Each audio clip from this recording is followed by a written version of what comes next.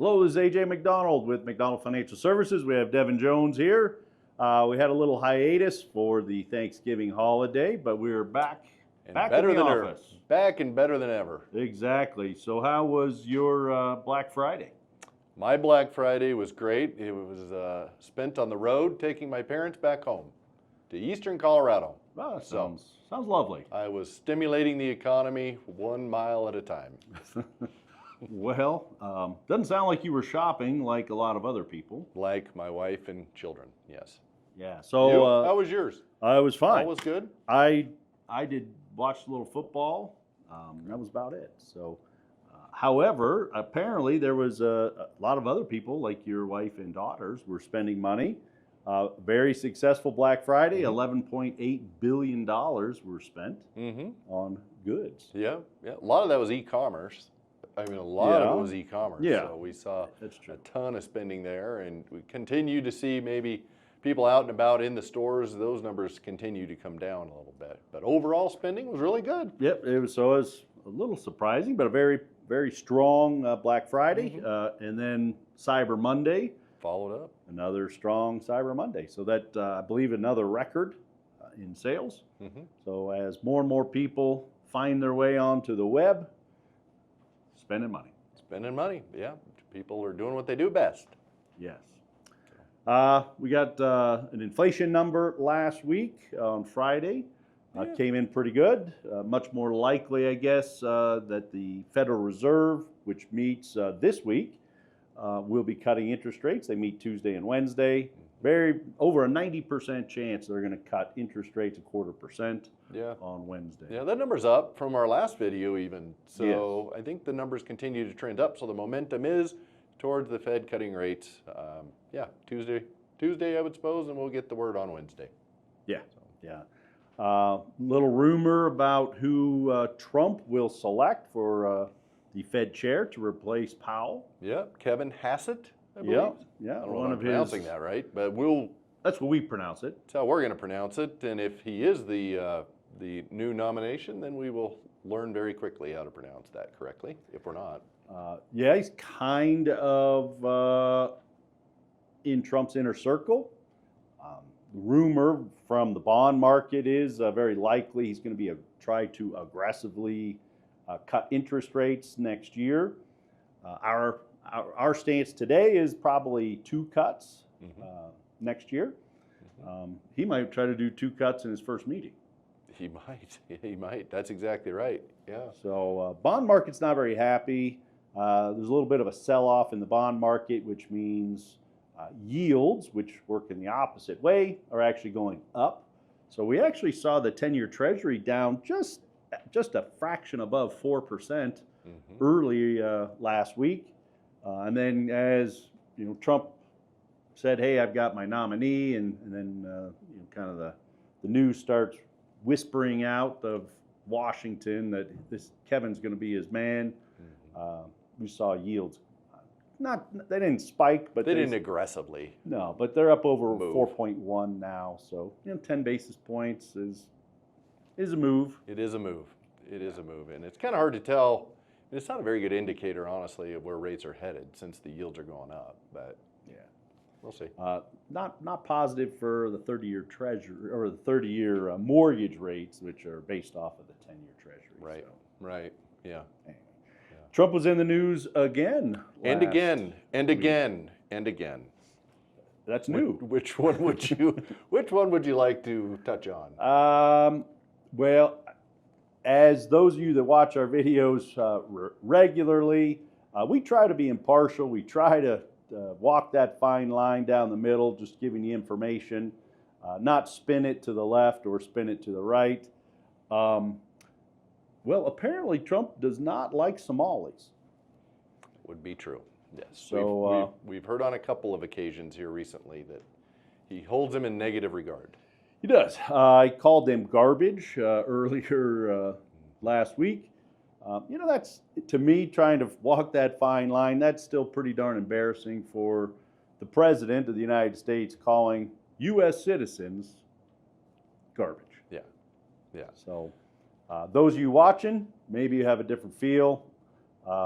we'd love to hear it. You're welcome to reply to this video or send us an email or a text. Maybe not a text, but a call. Maybe not. Yeah.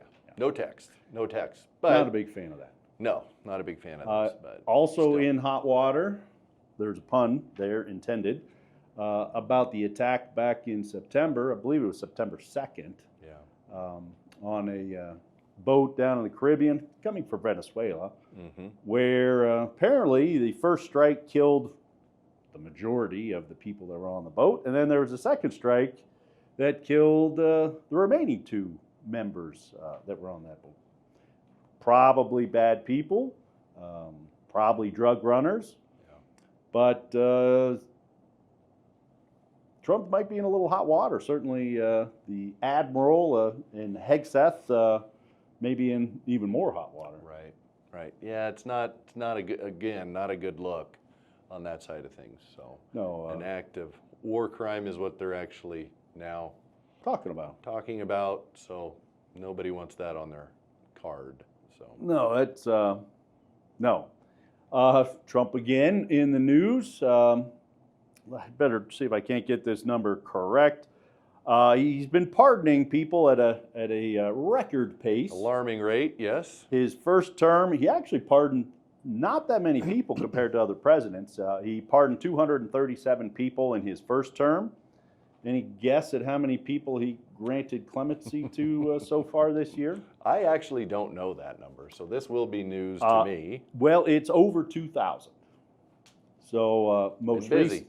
Busy fella. I mean, a lot of those were the January 6th, which again, I try to walk that fine line. That upsets me.